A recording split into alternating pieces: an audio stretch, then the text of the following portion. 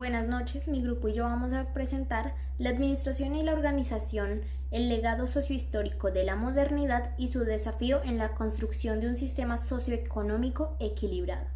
Los integrantes son Jennifer Viviana Gil Suárez, Esteban Mateo Álvarez Álvarez, Juan Andrés Restrepo Barreto, Vanessa Alexandra Vargas Hernández y yo, Karen Dayan Parra Pérez. Buenas noches. Cuando hablamos del legado sociohistórico de la modernidad y su desafío construyendo un sistema socioeconómico equilibrado, se evidencia cómo las diferentes facetas de la vida de la persona se han fragmentado. Con esto pues quiero decir que cambian muchas creencias y costumbres. Es decir, que hay muchas cosas que se alteran, como lo pasado hoy en día en la modernidad pues ya no se aplica de la misma manera. Tampoco debemos olvidar que la nueva definición de producción en el marco de un sistema socioeconómico como el capitalista se vio demasiado afectado de una manera muy fuerte a raíz de la transformación de materias primas en bienes. Es por eso que pues como sociedad nueva necesitamos apoyarnos en un sistema socioeconómico que respete los principios básicos de supervivencia de la vida en el planeta.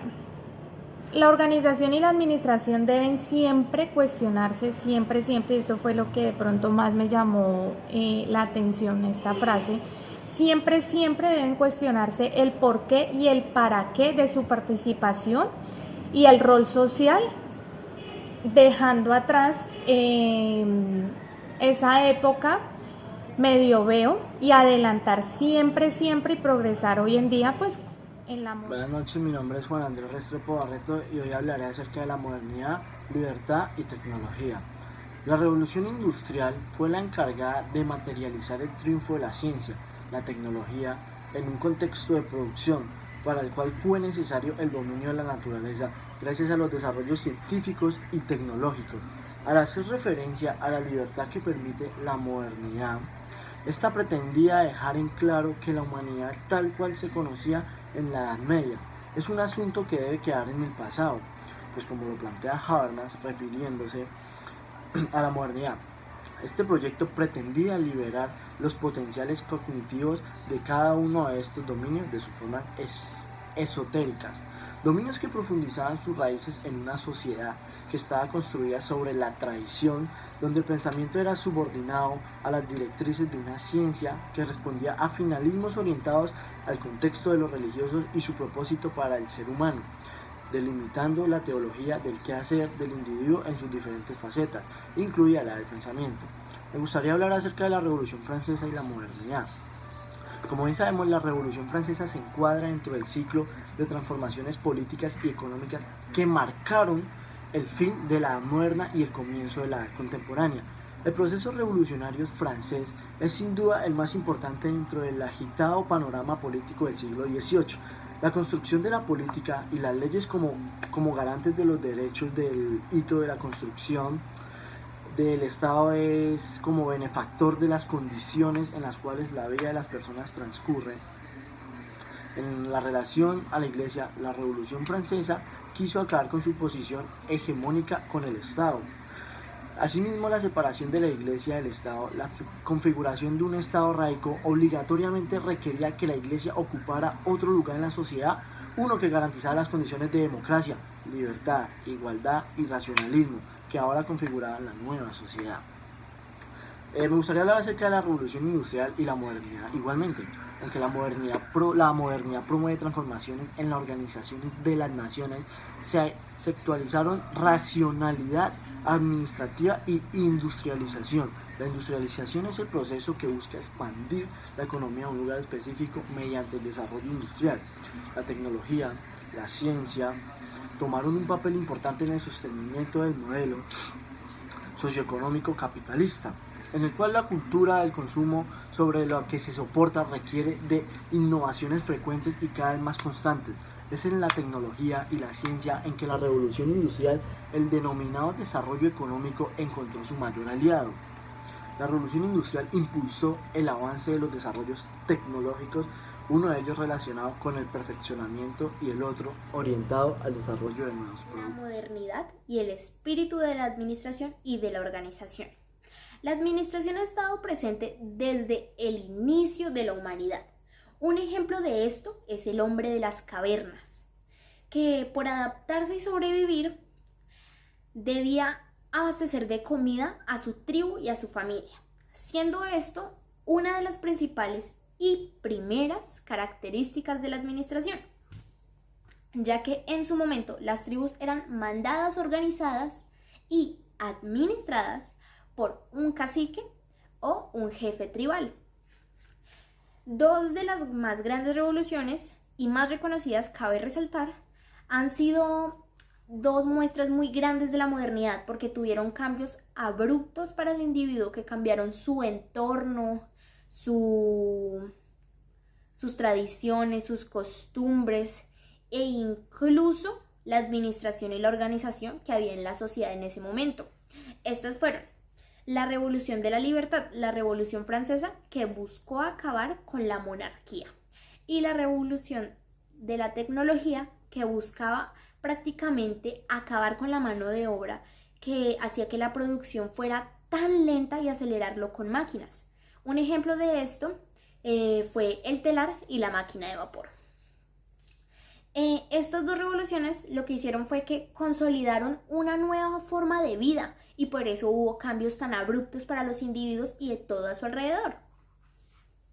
Bueno, un gran aspecto que cabe resaltar sobre estas dos revoluciones es que la revolución de la tecnología y la libertad permitieron en sí el desarrollo del capitalismo como un sistema económico, aunque cabe resaltar que el origen del capitalismo también se remonta en el siglo XIII cuando se hacían intercambios de ciudades italianas con el Oriente.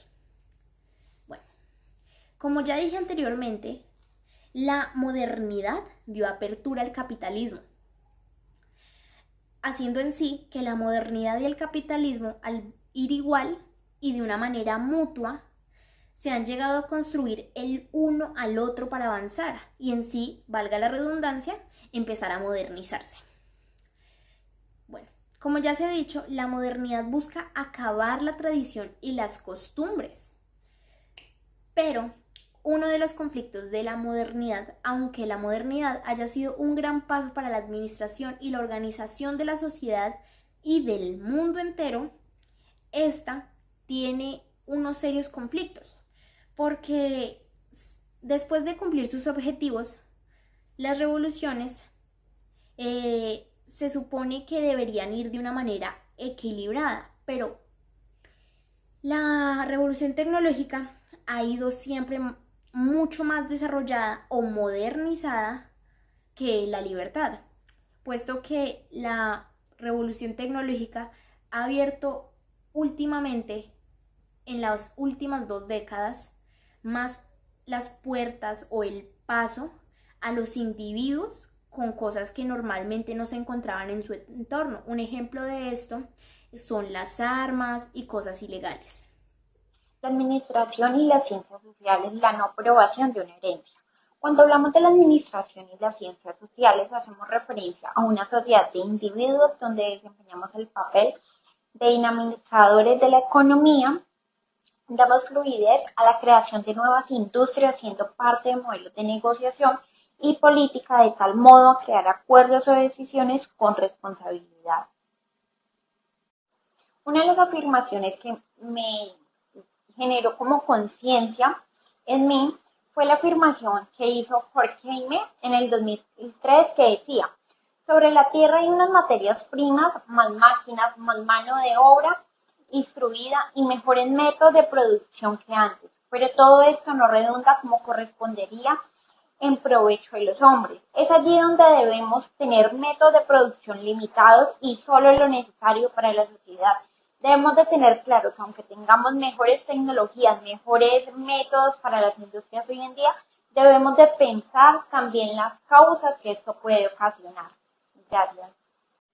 El sistema ecológico nos hace un llamado a ver aquellas extinciones ecológicas y problemas que se están ocasionando para el medio ambiente, para el planeta, y es allí donde debemos de reflexionar y pensar, bueno, ¿y de qué forma le estamos afectando? Realmente viene a partir de las producciones que se construyen en las industrias y las tecnologías que se están implementando para la producción de bienes y servicios que ayudan a satisfacer las necesidades del hombre.